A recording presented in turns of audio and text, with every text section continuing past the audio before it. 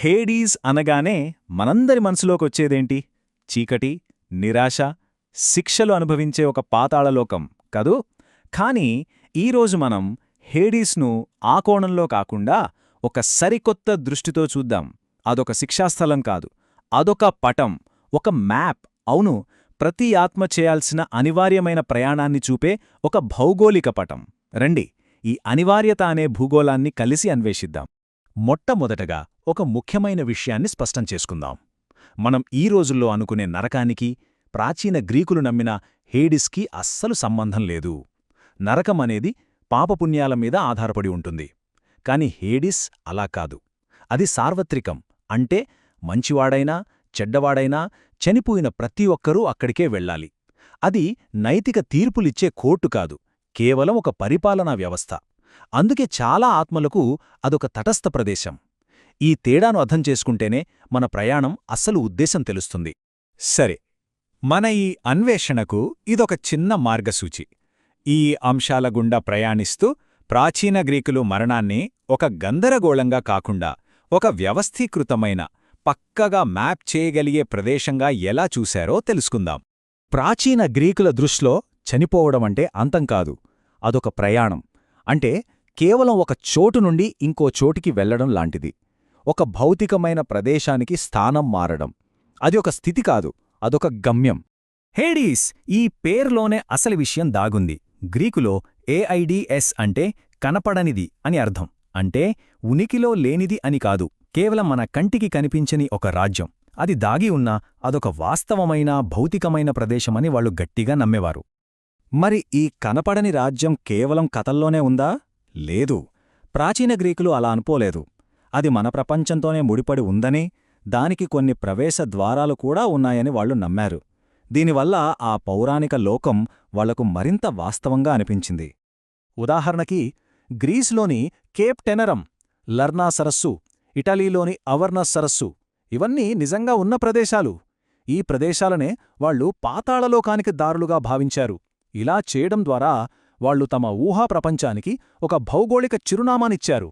ఈ మాటలు గమనిస్తే వాళ్లకి ఇది కేవలం ఒక కథ కాదు, అదొక నిజమైన అనుభవం.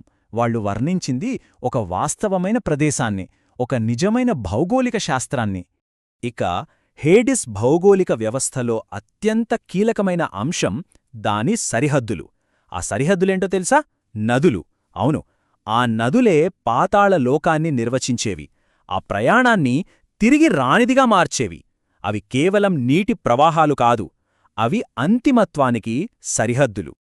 దుఃఖం ఒక నదిగా, రోధన మరో నదిగా, ద్వేషం, అగ్ని ఇంకో నదులుగా ప్రవహిస్తూ ఉంటాయి. ఆత్మలు ఆ నదులను దాటుకుంటూ వెళ్ళాలి. అంటే మరణం తర్వాత కలిగే ఆ భావాలన్నింటినీ అనుభవిస్తూ ప్రయాణించాలన్నమాట. అయితే అన్నింటికన్నా ముఖ్యమైనది లెథే నది, విస్మృతి యొక్క నది. ఈ నది నీళ్లు తాగితే గతం మొత్తం మాయమైపోతుంది. జీవితంలోని జ్ఞాపకాలన్నీ చెరిగిపోతాయి. అప్పుడే ఆత్మ తన పాత కథను వదిలేసి ఆ కొత్త ప్రపంచంలో ఒక నీడగా పూర్తిగా మారిపోతుంది. ఒక్క క్షణం ఆలోచిద్దాం. మన కథ, మన జ్ఞాపకాలు లేకపోతే మన ఉనికికి అర్థమేంటి? ఒక ఆత్మ తన కథను కోల్పోతే ఏమవుతుంది? ఈ ప్రశ్న మనల్ని ఈ వ్యవస్థ యొక్క నియమాల వైపు తీసుకెళ్తుంది. ఇప్పుడు హేడిస్లోకి ప్రవేశించే విధానం చూద్దాం. ఇక్కడ ఆసక్తికరమైన విషయమేంటంటే ఇదొక ఆధ్యాత్మిక పరీక్ష కాదు, అదొక బ్యూరోక్రాటిక్ ప్రాసెస్. కొన్ని నియమాలుంటాయి, అవి పాటించాలి, అంతే. ఆ ప్రయాణము ఎలా ఉంటుందంటే, మొదట హెర్మస్ దేవుడు ఆత్మను నది ఒడ్డుకు తీసుకొస్తాడు. అక్కడ క్యారన్ అనే పడవ నడిపేవాడికి ఒక నాణెం రుసుముగా చెల్లించాలి. అందుకే పాత రోజుల్లో చనిపోయిన వారి నోట్లో నాణెం పెట్టేవాళ్లు. ఆ తర్వాత పడవలో నది దాటాలి. అవతరి ఒడ్డున 3 తలల కుక్క సెర్బెరస్ కాపలా కాస్తూ ఉంటుంది. లోపలికి వెళ్ళనిస్తుంది, కాని బయటకు మాత్రం అస్సలు రానివ్వదు. అంటే ఇక్కడసలు పాయింట్ ఏంటంటే, ఒక మంచి జీవితం గడిపామా లేదా అన్నది కాదు ప్రశ్న. సరైన కర్మకాండలు చేశారా లేదా అన్నదే ముఖ్యం. ఆ వ్యవస్థకు కావాల్సింది నీతి కాదు, నియమం, ప్రొసీజర్ కరెక్ట్గా ఉండాలి, అంతే. సరే, లోపలికి వెళ్ళాక ఏమవుతుంది? అక్కడ కూడా శిక్ష, బహుమతి అనే ద్వంద్వాలు ఉండవు. కేవలం వర్గీకరణ ఉంటుంది. అంటే ఆత్మలను వాటి స్థాయికి తగ్గట్టుగా వేర్వేరు ప్రదేశాలలో ఉంచుతారు. ఈ చార్ట్ చూస్తే మనకొక విషయం స్పష్టంగా అర్థమవుతుంది.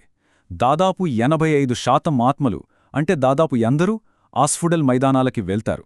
అదొక సాధారణమైన నీరసమైన ప్రదేశం. అక్కడ ఆనందముండదు, విపరీతమైన బాధ ఉండదు, కేవలం ఒక నీడలాంటి అస్తిత్వం. ఎలీజియన్ క్షేత్రాలు అదొక స్వర్గం లాంటిది. కాని అది కేవలం గొప్ప గొప్ప వీరులకు మాత్రమే. మరి మిగిలిన సామాన్యులందరికీ ఆస్ఫోడెల్ మైదానాలే, నీడలతో నిండిన, ఏ భావోద్వేగం లేని ఒక తటస్థమైన ప్రపంచం. అంటే మరణం శిక్ష కాదు, కేవలం ఒక నీరసమైన కొనసాగింపు. మరి ఇంత నిరాశగా, ఆనందం లేకుండా ఉండే ఈ వ్యవస్థను వాళ్ళు ఎందుకు నమ్మారు? ఈ క్రమంలో వాళ్లకు ఏం కనిపించింది? దాని వెనకున్న మానసిక అవసరమేంటి? హోమర్ ఒడిసీలో అఖిలస్ అన్న ఈ మాటలు వింటే ఆ నిరాశ మనకు అర్థమవుతుంది. చనిపోయిన తర్వాత రాజుగా ఉండటం కన్నా బతికి ఉన్నప్పుడు బానిసగా ఉండటం మేలు అంటాడు. అంటే బతుకు ఎంత విలువైనదో, మరణానంతర జీవితం ఎంత నీరసమైనదో చెప్పకనే చెప్పాడు. అవును, ఆ వ్యవస్థ ఆశనివ్వలేదు, కాని అదొక క్రమాన్నిచ్చింది. గందరగోళంగా, అనిశ్చితంగా ఉండే ప్రపంచంలో మరణం తర్వాత ఏం జరుగుతుందో ఖచ్చితంగా తెలుసు అనే ఒక భరోసా ఇచ్చింది. భయంకరమైనా సరే అదొక ఊహించదగిన ముగింపు. ఆ ఆర్డర్లో వాళ్ళొక స్థిరత్వాన్ని చూశారు. అందుకే చివరిగా ఈ ప్రశ్నతో ముగిద్దాం. మన చుట్టూ అంతా గందరగోళంగా ఉన్నప్పుడు ఒక ఖచ్చితమైన, ఊహించబగిన ముగింపు ఉండటమనేది ఒక రకంగా మనస్కు ఓదార్పునిస్తుందా? అనివార్యత అనేది భయం కాదు, ఒక స్థిరత్వం కాగలదా? ఆలోచించండి.